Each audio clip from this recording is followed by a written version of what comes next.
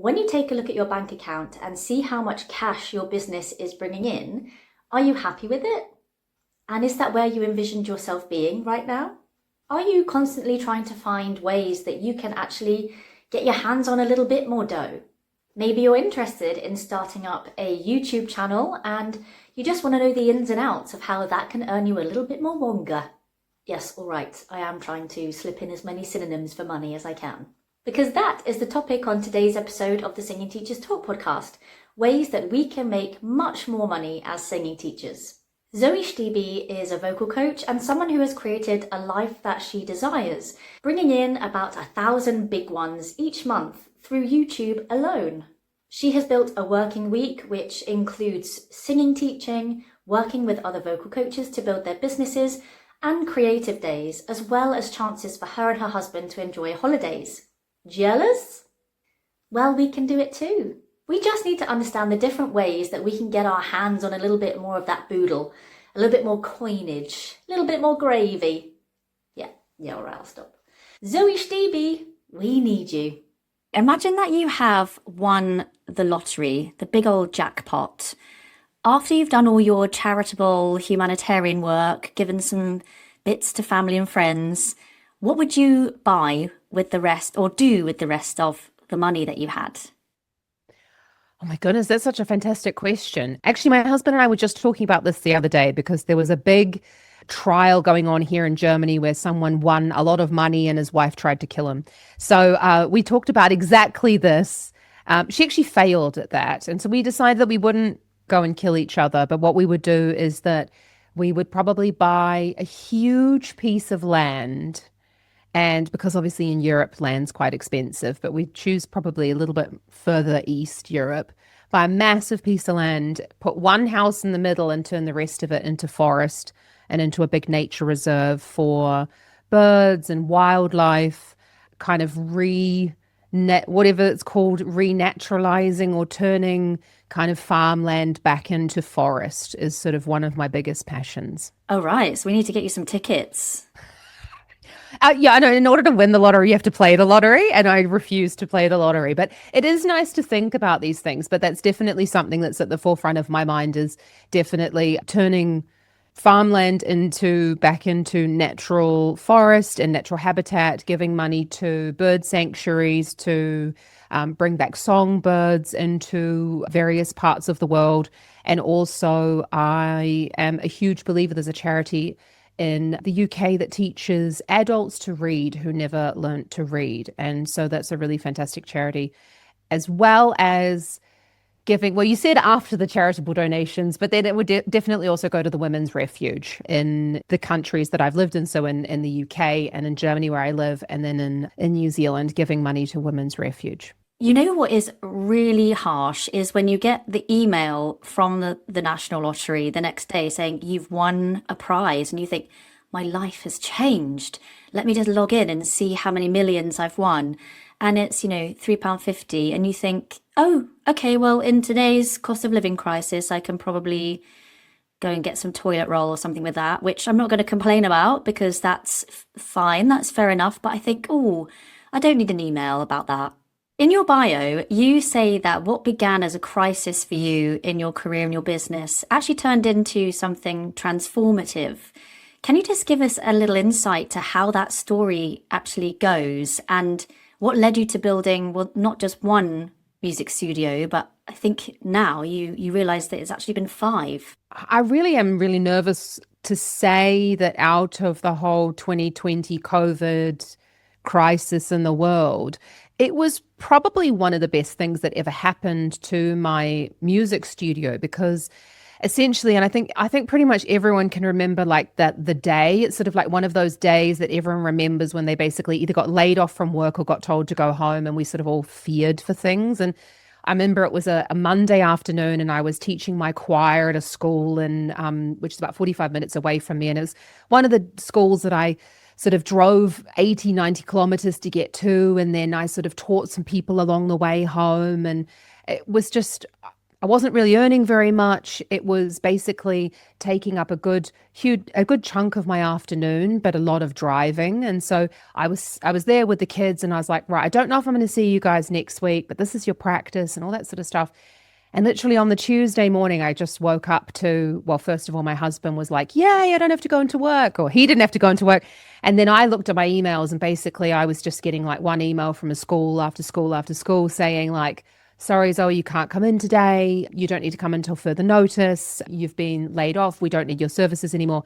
And it was literally just one after the other over the course of the day, essentially firing me from 90% of my work, because I didn't have a very big studio here. So this is my home studio where I'm sitting right now. And I didn't have a very big group of students that I was teaching privately. I was mainly relying on these private, very wealthy schools, international schools that I was teaching at, because living in Germany, I teach in English as well as German. So that was sort of the benefit of my teaching as well. And what I decided was, after I kind of had a bit of a break and I was like, oh, I'm going to get fit and I'm going to do a whole bunch of DIY activities that I wanted to get done, and sort of watched a bit of too much of the Tiger King, I was like, do you know what? Who didn't watch the Tiger King of the year? So I think basically I sort of decided for myself, well, I mean, I got to pay the bills. I got to sort of start working again. And I was like, do you know what? I've always wanted to spend more time with my family in New Zealand. I've always wanted that sort of online studio where I had the flexibility to travel home, to not necessarily have to travel. I was sometimes driving like 600 to 1,000 kilometers a week. Like, I was doing some days 4 to 5 hours in the car from going to that school and that school, and like in traffic, obviously, not necessarily, if there was no traffic, it wouldn't take me that long. But I thought, why not? Like, I'll just give this a go. So I started my YouTube channel. I had a guy who I'd built my own website. So I just basically was like, okay, well, I've got to get onto Google Ads. And so I just made one of those appointments where you get 200 euros free from Google Ads, and then it ended up costing you more than you put in. But anyway, got all that set up on Google Ads. And I basically just like started on YouTube, started with Google Ads, and I started sort of like blasting the internet with that sort of thing, and got some students. But I, along the way, decided I'd do some business coaching. I, got myself a marketing coach. I started to work on the business development. I got myself a new website, redesigned all the landing pages and the kind of systems behind it. And then literally once I got everything sorted on the YouTube side of things, which was a big part of my marketing, then it just started to roll from there, which was really fantastic. But yeah, out of an awful experience where I was fairly traumatized, but also semi-happy that it ended up happening in that way, it forced me to really build the studio that I always wanted to have, really. And so what is a typical week for you now? What does that look like? So I'm always a firm believer that for some people some people's weeks might look really full, and some people like to teach 3 or 4 hours a day, and that's more than enough for them. And some people like me like to teach for longer periods and then sort of have other days free. So for example, on a Monday, first of all, I have a block of sales calls. So people coming in to my online singing school. So that would be from 12 to 1. I take sales calls.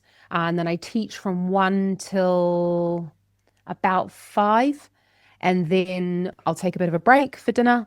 And then I'll teach through till 9:30. Tuesdays are basically just my online marketing day. So I'm recording for YouTube, doing podcast episodes, doing a lot of editing on my side, and also just taking the time to kind of go for a walk, think. I use this time to sort of potter in the garden, allow my subconscious to really take over. This is when I'm carrying around my very thick notebook here, and I'm basically like scribbling down ideas as they're coming to me, taking voice notes. It's an ideas day and a sort of a creative day.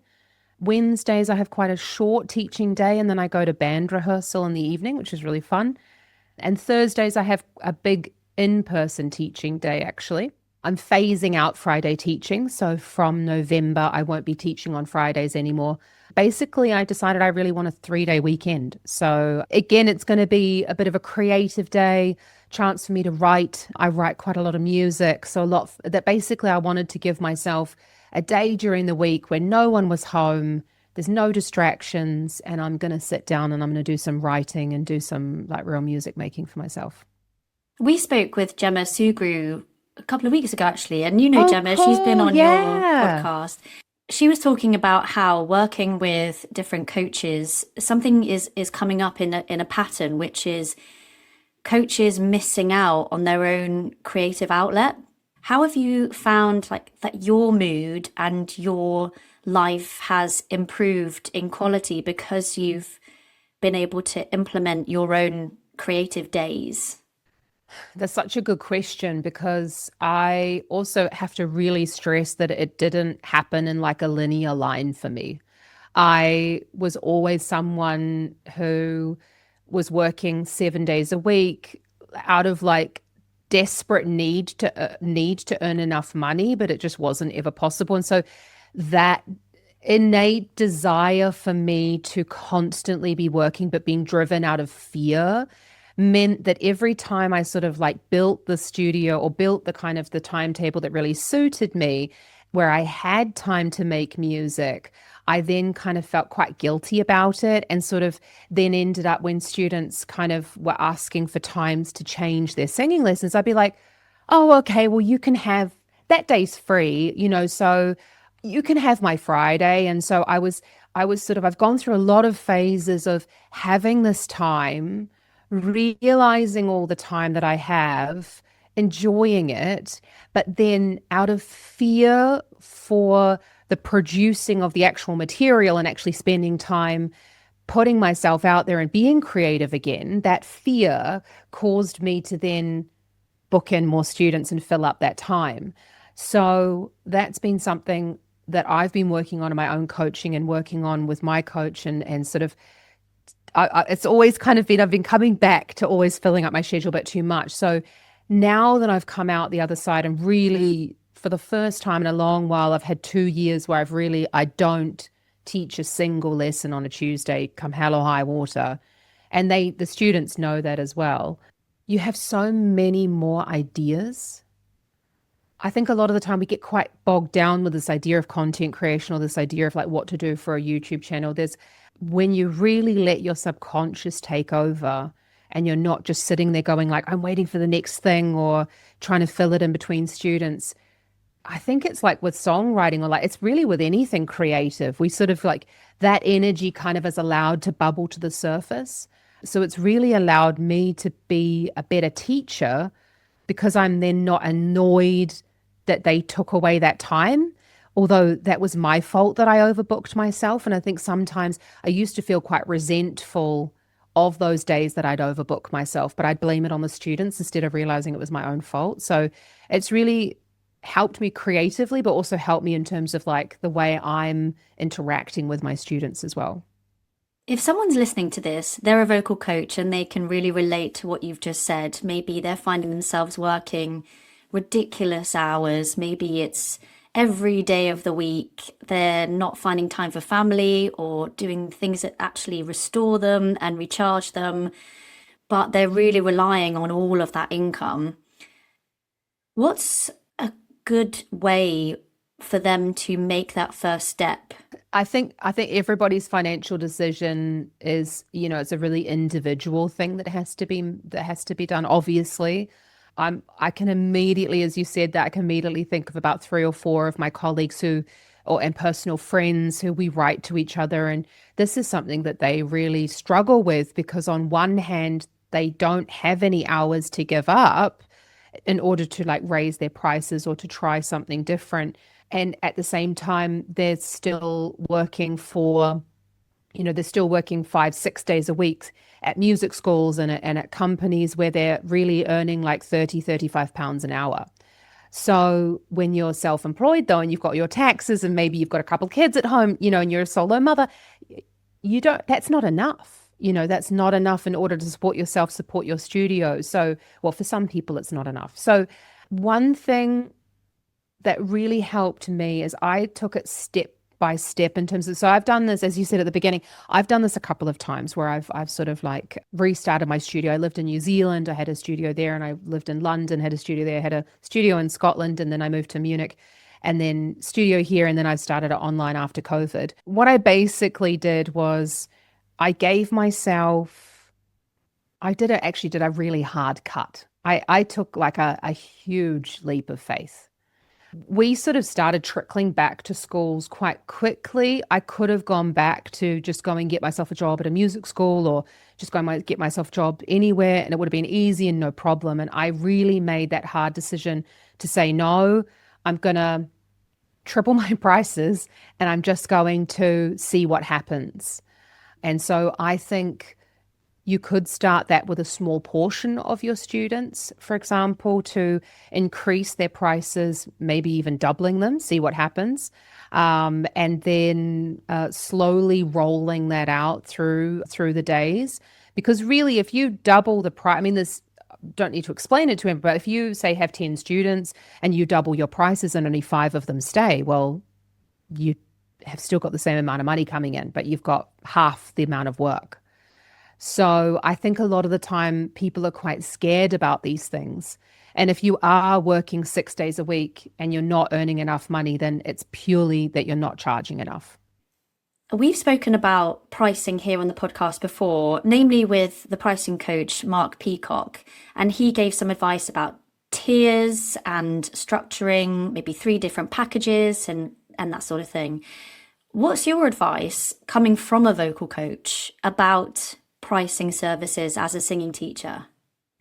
I mean, personally, I think that too many options creates a lot of confusion. I think that the student has no idea what they need, and that's why they come to us, because they want us to tell them what they need. And obviously we have the expertise. I think as much as we don't want to say like, you should do this, we know what they need to do. We know that they need to come to either weekly or every other week for singing lessons in order to actually get what they need. We're not lying to someone. I think a lot of the time we think about our pricing and our whatever packages we're putting together. I think a lot of this is the way I felt anyway, was I felt like I was somehow like cheating them a little bit. Like, oh, no, you can kind of just come whenever you want. You know, that ad hoc, that's okay.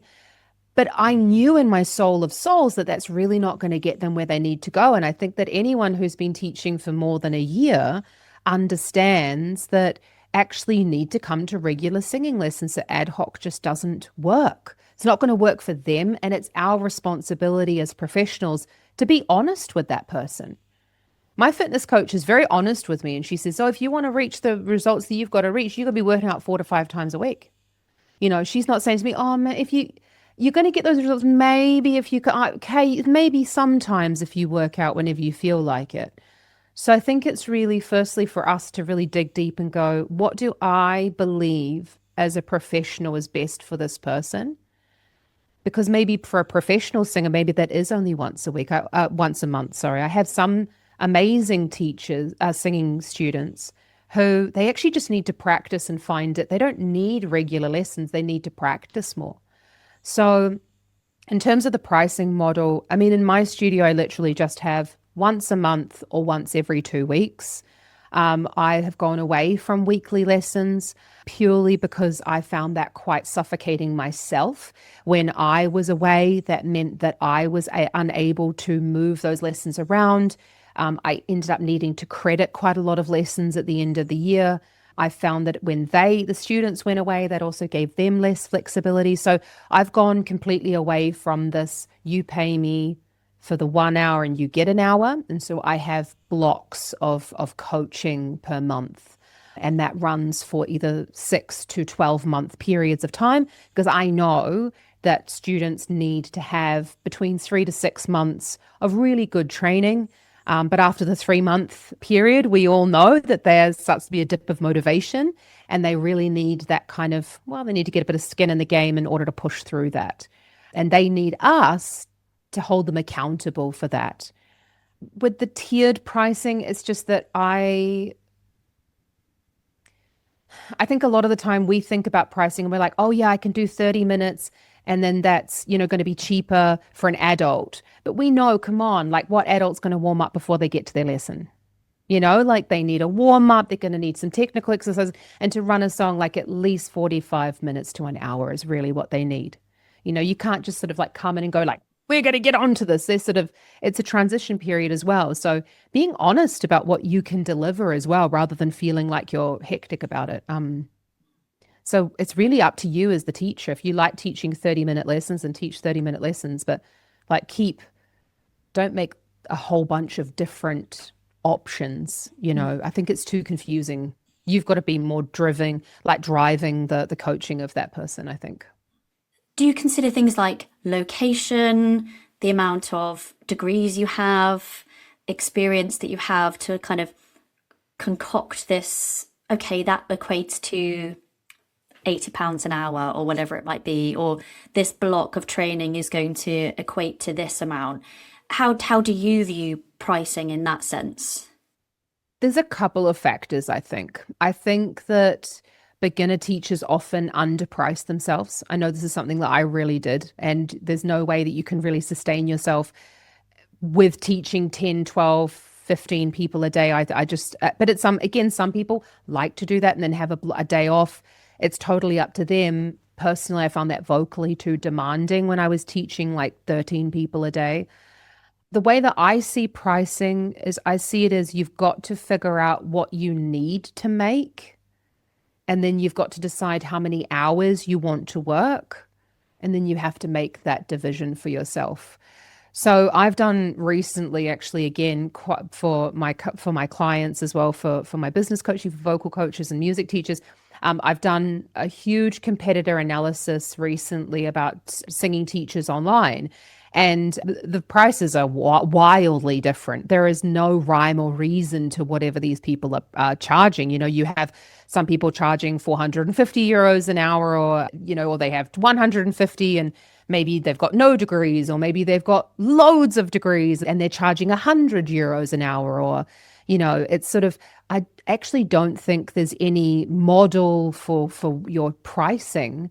I think really it's about looking where you are, where your colleagues are in the market, and mixing that with what you really need to make. And then the way that I kind of do it is I charge as much as I can for what I'm offering, and then you can judge it by how many people buy your product. Obviously, if you say, it's $1,000 a month and you get 6 months of absolutely no one buying your product, then maybe you've priced yourself too high. So it's kind of about finding that middle ground. But I think it's a lot, you have to price it more on what you actually need. I mean, if you're in New York, you're going to have to charge more because your rent's more. But I definitely don't think that just because you're online and you live in, I don't know, somewhere really like a small village, I don't think you have to charge less than the person in New York. It's just that, your pressure might be more when you're living in New York to earn more. As we mentioned in the beginning, we continue to be in a cost of living crisis. Things are getting more and more expensive.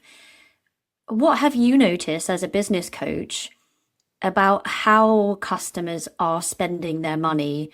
Are we getting more reserved? Are we actually still quite happy to spend the money? And maybe that can help us as coaches to tune our marketing in a particular way, or think about our pricing also in this new way. So I mean, my business is in this fantastic kind of position that I haven't noticed that at all. There hasn't been a hit to my business in terms of a reduction of students. Students haven't been dropping out. Actually, I have between 4 to 5 sales calls every single week for my online singing school. Obviously, not all of them show up. That's just kind of part of the discovery call system. But we've had a really steady flow coming into the academy and into singing lessons. So I think a lot of people had a really knee-jerk reaction, and I saw a lot of this online of like immediately people going like, I'm doing a sale here and I'm doing a summer sale there. And I think that's okay if that's what you want to do. I don't think you need to, though. I don't think you need to just go and go, we're in a recession, I need to cut the cost of all of we're already, as singing teachers and music teachers, we're already a luxury item. So a lot of those people who are able to afford our services are still going to be able to afford them. But also we have to think about it's not up to us to make the decision about how much someone can pay. It's really about what am I giving them? And I think you'll sometimes be really surprised of what people are willing to pay, because what we think they're getting out of it is often not the full story. I think a lot of the time they're getting a lot more out of the lessons than we think they are. And I think undervaluing that part of being a part of their lives is I think it's a bit short-sighted to think about it as just music lessons.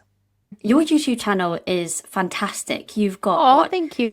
133,000 subscribers. Yeah. And I think almost at your 6,000 followers on Instagram. Oh, really? Cool. I don't really keep an eye on it. So I just, yeah, I mean, wow. Cool. Yeah, congrats. Thank you.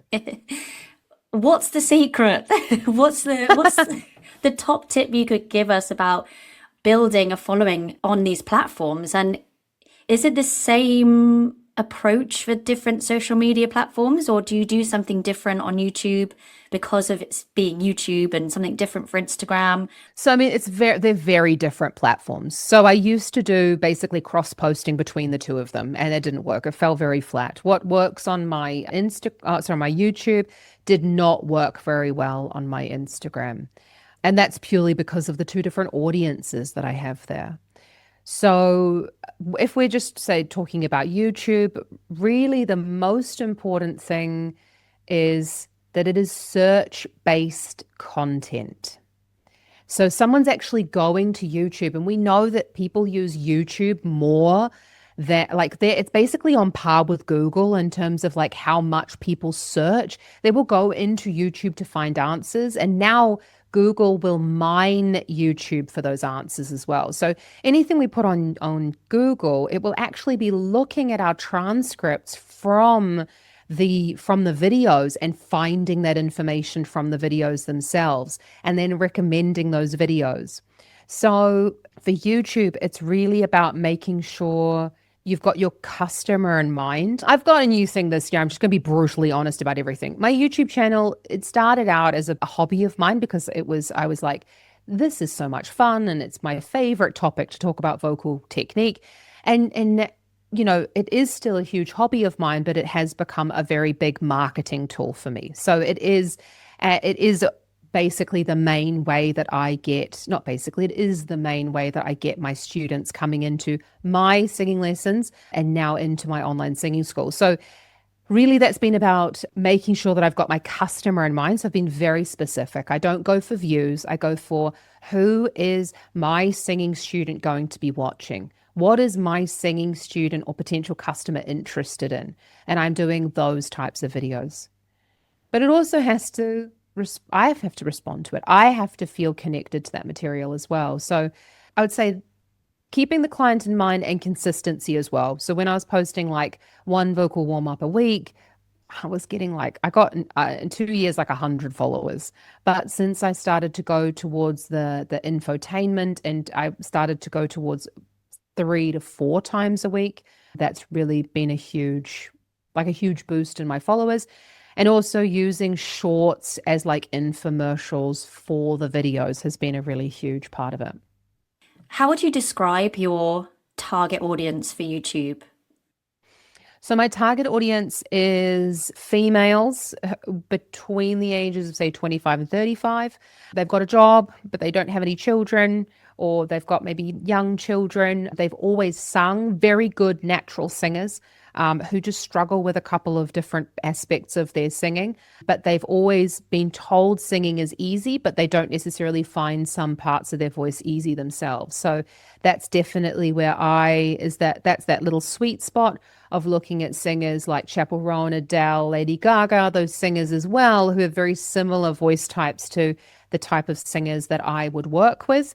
And also had similar journeys, and not the fact that my singers are super famous, but talking about that they've also had voice things going on. They've also had vocal lessons. They talk quite openly about their training that they've had. And so that would be my target audience really for YouTube. You do a lot of the vocal coach reacts and analysis on there. Why do you think that is something that attracts these potential clients to your YouTube and therefore into your program? I used to say I don't know, but I think that really people are just out there looking for connection. It's sort of, I was thinking about it as to like, why am I so drawn to watching Keeping Up with the Kardashians? You know, like people really like to watch people. Like, I mean, I'm the worst starer when I go out into the world. You know, I love to look at people. And I was thinking it from an acting point of view, like I'm trained to do that, right? So people love to watch you enjoying their favorite artists. And then they just love to hear what you as a professional think about it. I don't like the vocal coach reacts of just going like, that was good. That was terrible. That's not for me to say. So this is where I'm really true to myself in terms of the way that I teach and the way that I believe in my soul, where I don't believe that anyone has the capacity to say, oh, that was good or that was bad. Or I say things like, that was an interesting decision. Lady Gaga can lift her head up when she's doing that, but you might struggle with that, or why she's doing these things. I have a lot of students who come in and they're like, but Zoe, why, you know, you're telling me to do this. And like Pink sang the same song and she didn't do it. And I'm like, okay, well, let's look at why she can do that, or like why she doesn't have to. And you do have to think about anchoring. She's got a lot of muscles. You don't have a lot of muscles. You know, she strength trains. You don't. So, you know, thinking about those things in terms of unpicking maybe unseen parts of vocal technique, that's what I like to do. And so I think people are quite surprised and they're quite happy to find out that a lot of it is training. Because I think a lot of us are quite, I think a lot of the world sort of on the online world lies about singing a lot of the time, or they sort of like make it seem super, super easy. Whereas I'll unpick to show how that is not easy. Hey you! If you're enjoying the Singing Teachers Talk podcast, then don't forget to hit the subscribe button. We are committed to bringing you engaging conversations and valuable insights from experts across the field of voice. By subscribing, it means we can continue to do that.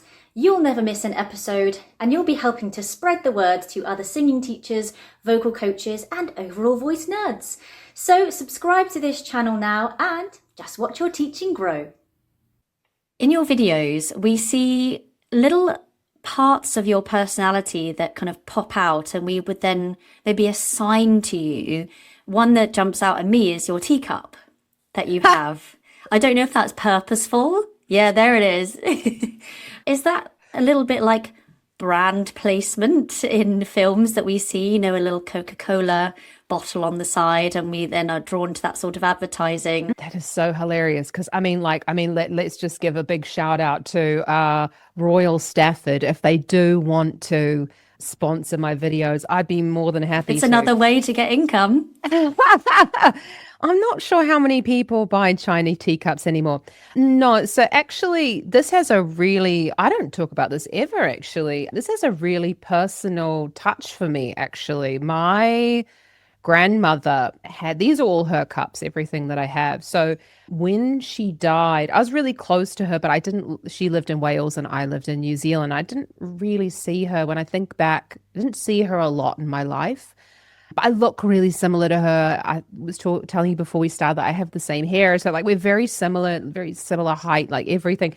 But I loved my grandma so deeply. And when she died, I'm the only grandchild. So I got the opportunity to basically take whatever I wanted out of my grandparents' house because my uncle didn't need it. My mum didn't need it. So and I was just starting a flat at that time. So they were like, right, take whatever. And I said, you know what? I've always loved my grandmother's china. So this is actually just a little way that like she's just with me every single day. That she never used these, so I'm sure she's like rolling in her grave thinking like, Zoe, put them back in the cupboard.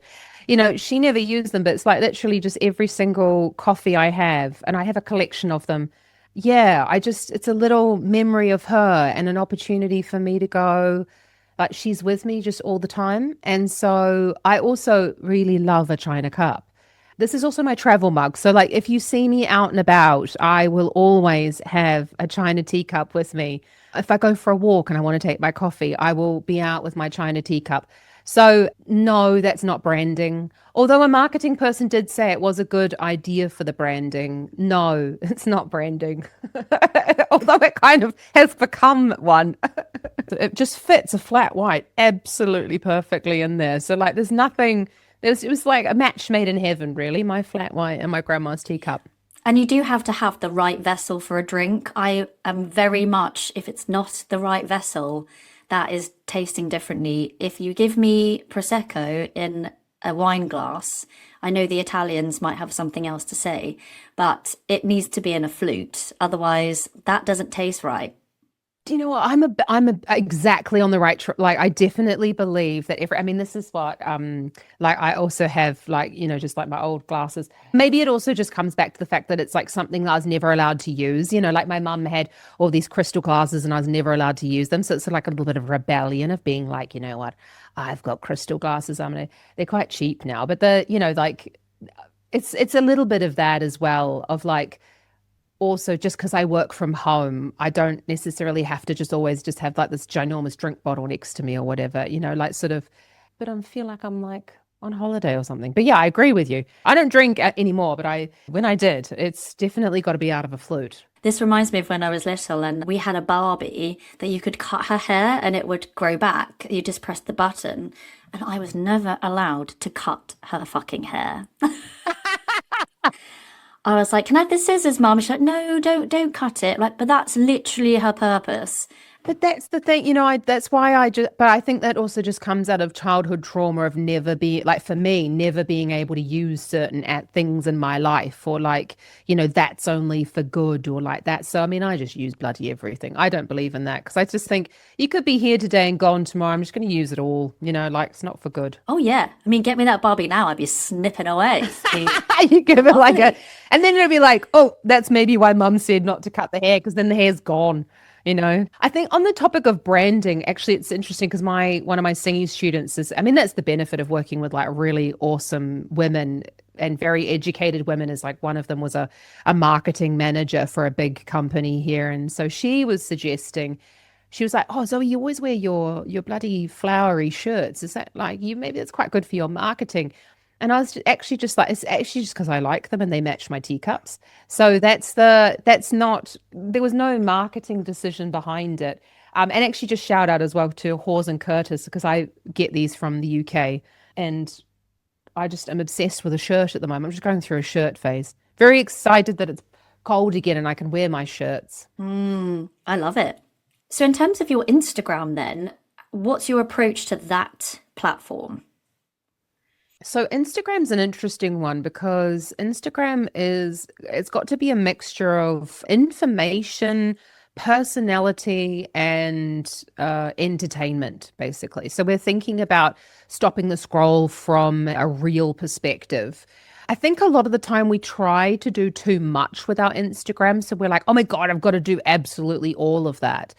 And I really believe that I think Instagram is a peek behind the curtain. I don't think Instagram is this perfect world anymore. And especially in the world of singing, I think there's too much perfection out there. And I think with AI being out there, I think people need to see real faces without auto-tune and like real people that they're going to see in their actual lessons. It's really weird if you're sort of like all made up all the time on your Instagram and then they sort of like meet you in a meeting and you don't have any makeup on, So for me, Instagram's a lot about connection, giving people a peek into my real life.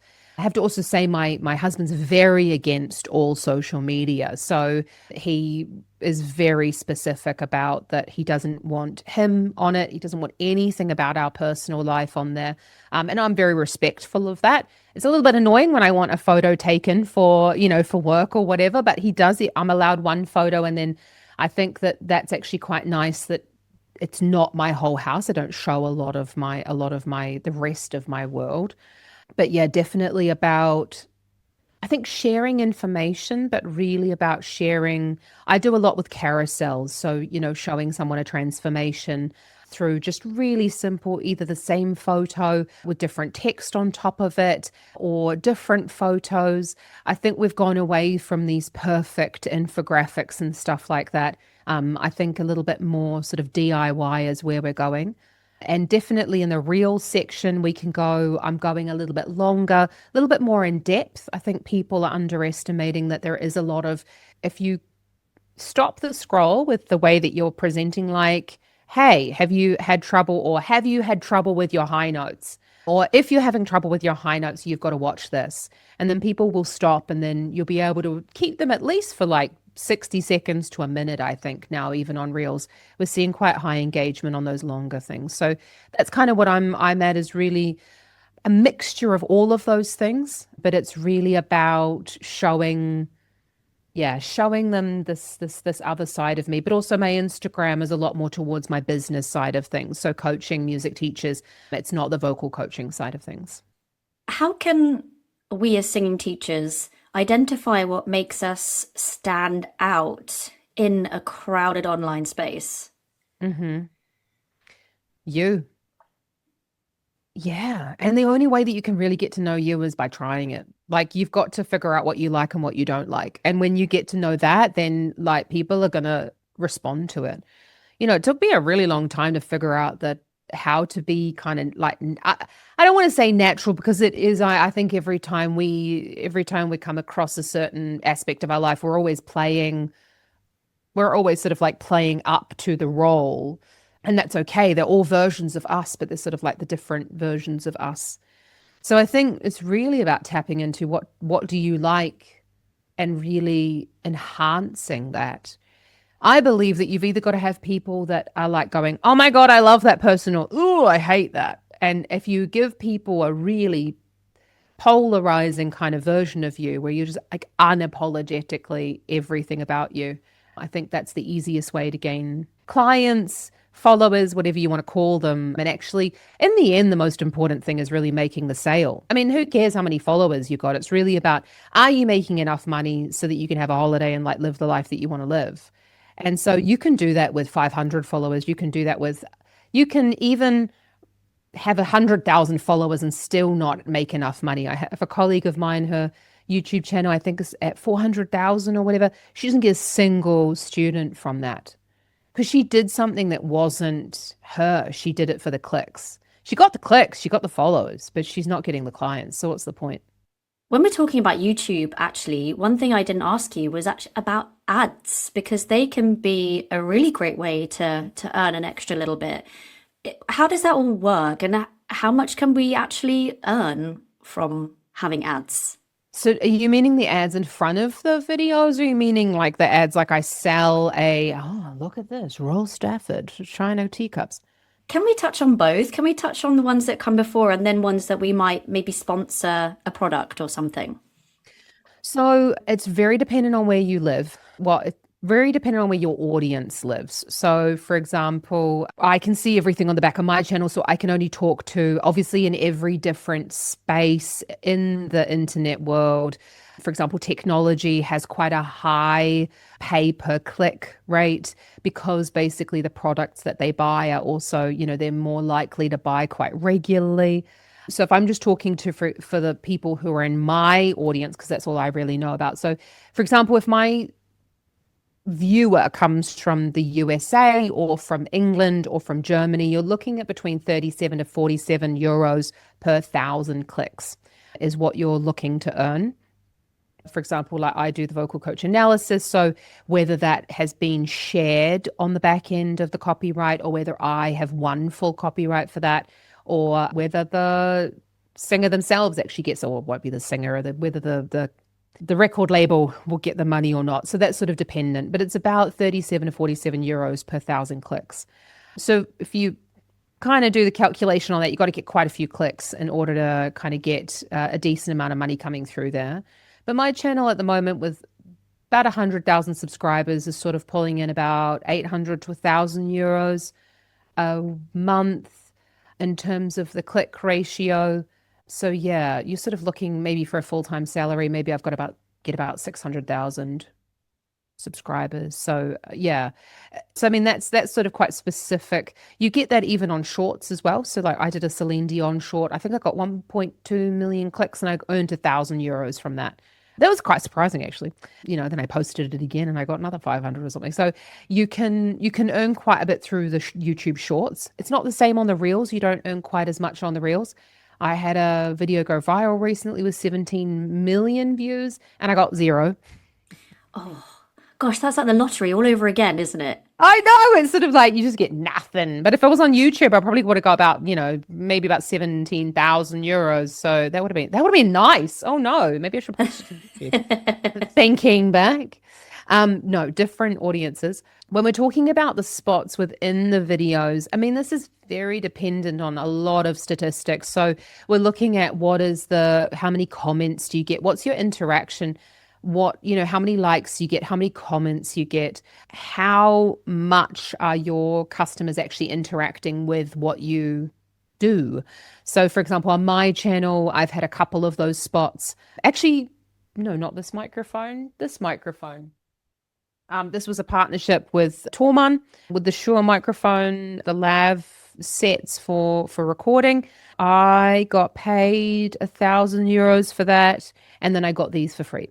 But that was actually quite a cheap brand deal in terms of my audience size. You'd be sort of looking at, for my audience size, about 2,000 to 2,500 euros for just an entire video on that particular product, and that's what I did. But I don't believe in doing advertisements. I did this in terms of like how this would benefit my audience. So showing them how, if they were to get any type of lavalier microphone, but the benefit of these in particular, because I also use them. You can see I'm like, Shure, I've got 2 Shure microphones behind me, and you can't see them there, 2 Shure microphones there. So, I'm a big fan. And so it's basically, I think it's a lot about integrity. You'd be surprised how many offers you get every single day for making videos and doing these sorts of things. So yeah, I think it's mainly about integrity for me. And as soon as you start going after the money, no one's going to believe you. Yeah. I was going to say, is it a case of you approaching the brands, or did they come to you?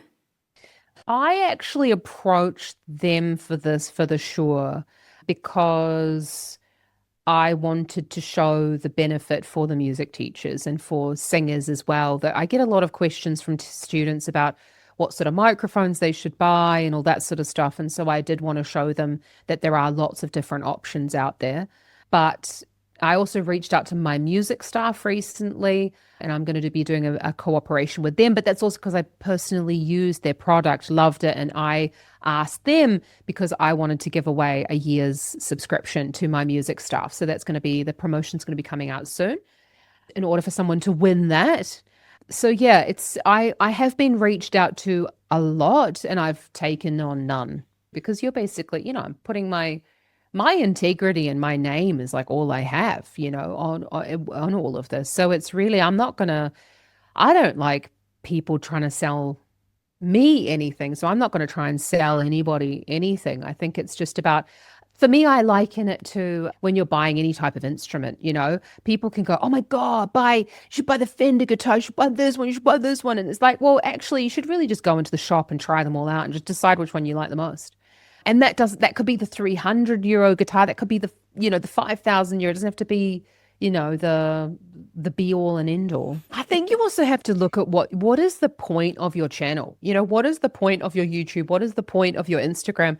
Because my point is to get students in. I don't give a shit about earning $500 from a thing, when, like, I looked at recently the lifetime income that I earn from a student. They stay with me for a long time is like 12,000 euros. Why am I caring about this? This is not the gold.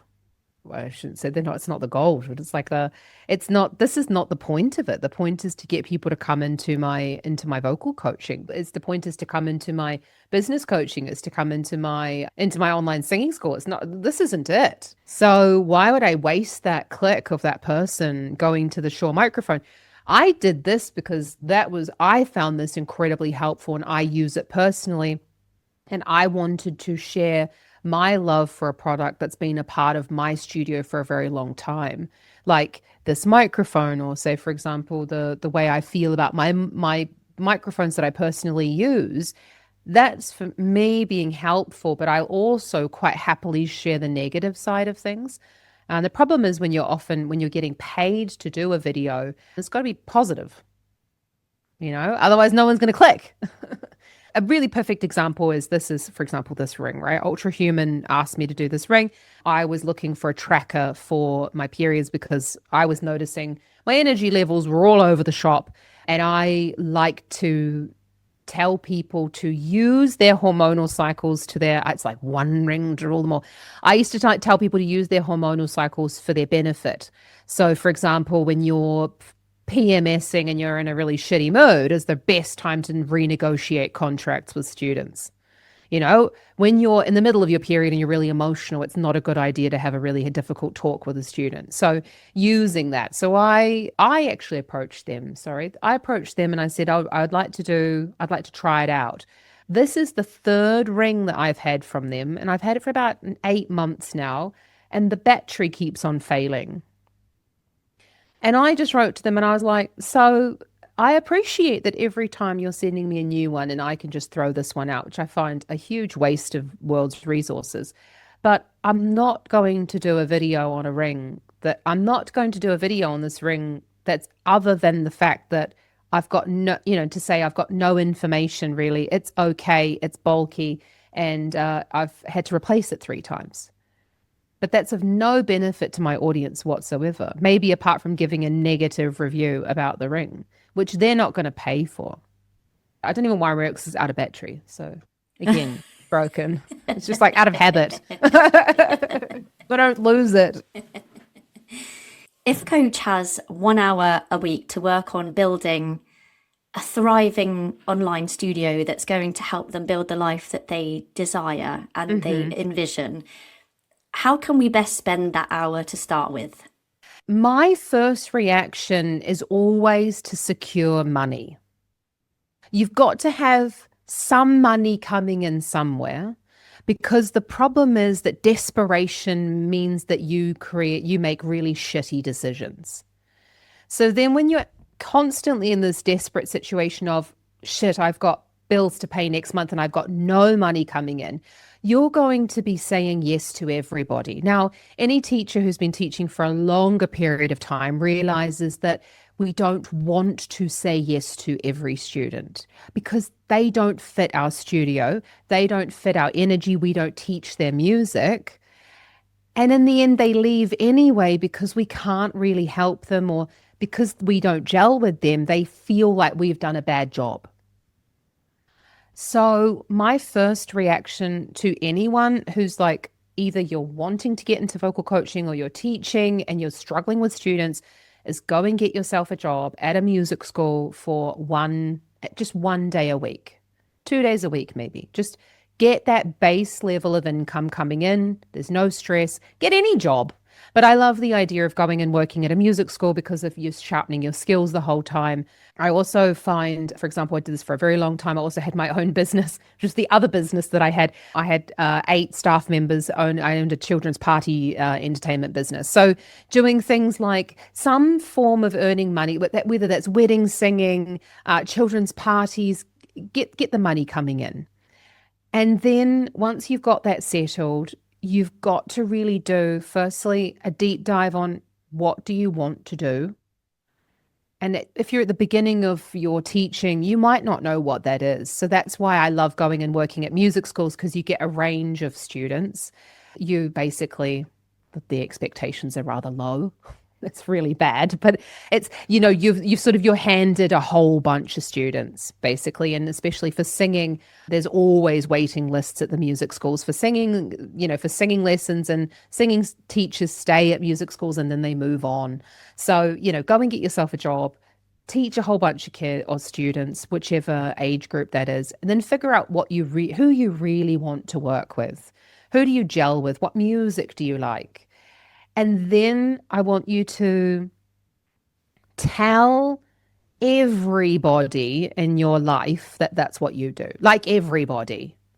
And then you've got to figure out your pricing. I always say to have 2 offers. So you give people an A or a B offer. I don't like to go more than 2 offers, but you can go to a third. Usually it's a low cost one, which would be, if you're starting out, I wouldn't suggest going and recording anything. Don't come up with any online course. Literally just have two offers, maybe a 30-minute and a weekly and a bi-weekly option. And then I would say start building your studio from there. This would depend whether you're going to be online or whether you're going to be live.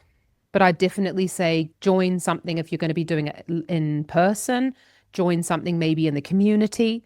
So I joined a local culture club. That's where I got a huge portion of my first students when I moved to Germany. So going and joining a club. If you're working online, I want you to connect with other teachers in your field.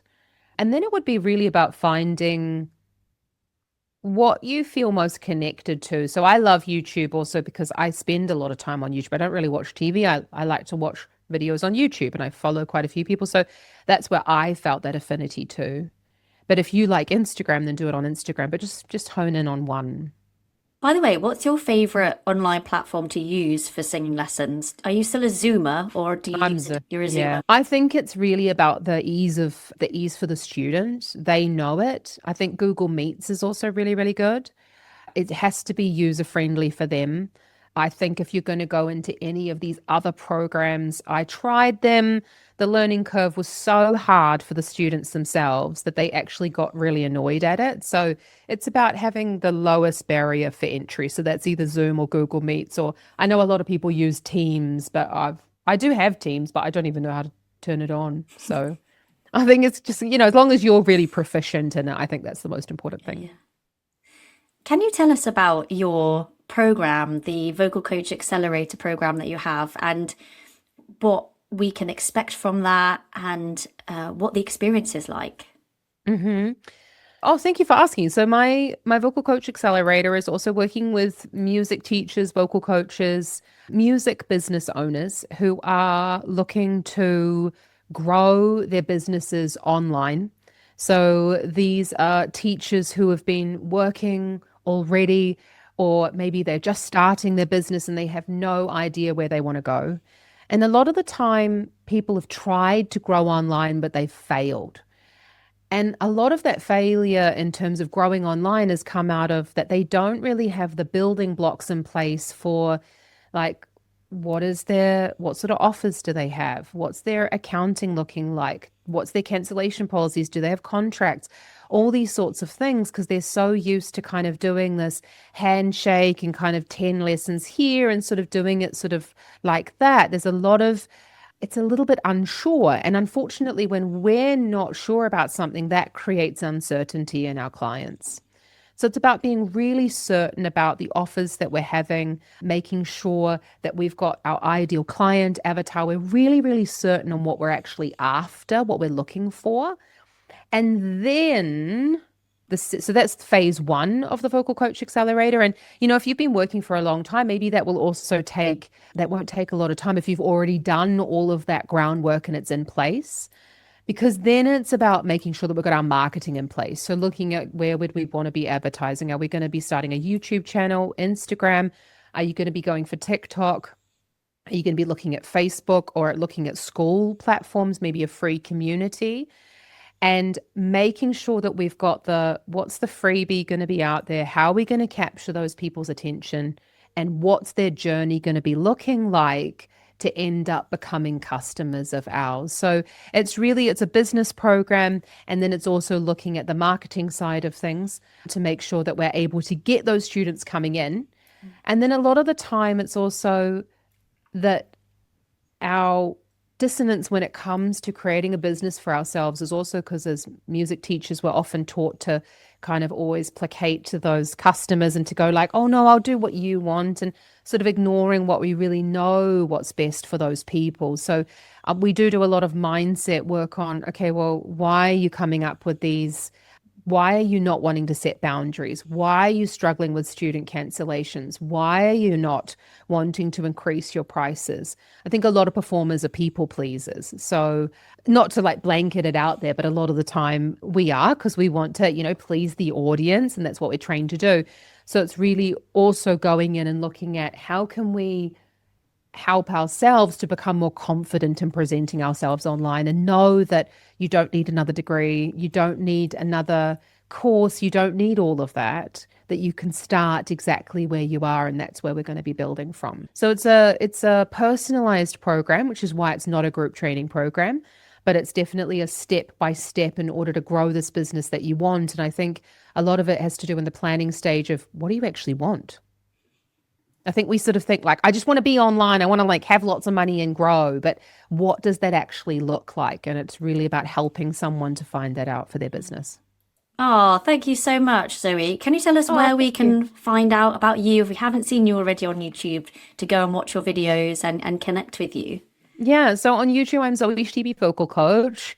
And over on my website, zoestibi.com, is all the information about the Vocal Coach Accelerator, and also my online singing school, which is, I want it to become a blueprint as well for other singing teachers. So my plan is to really revolutionize the way that singing is taught online, so that it's flexible not only for the teachers, but also for the students themselves. And so that's a really big undertaking that I've been doing, and that's really thriving. So I'm quite happy about that. And to help other music teachers just make a shitload of money online. That's my biggest goal in life at the moment. And that's what I'm really passionate about. So zoestibi.com. Oh, Zoe Stibi, thank you so much. It's been such a pleasure. Oh, thank you so much, Alexa.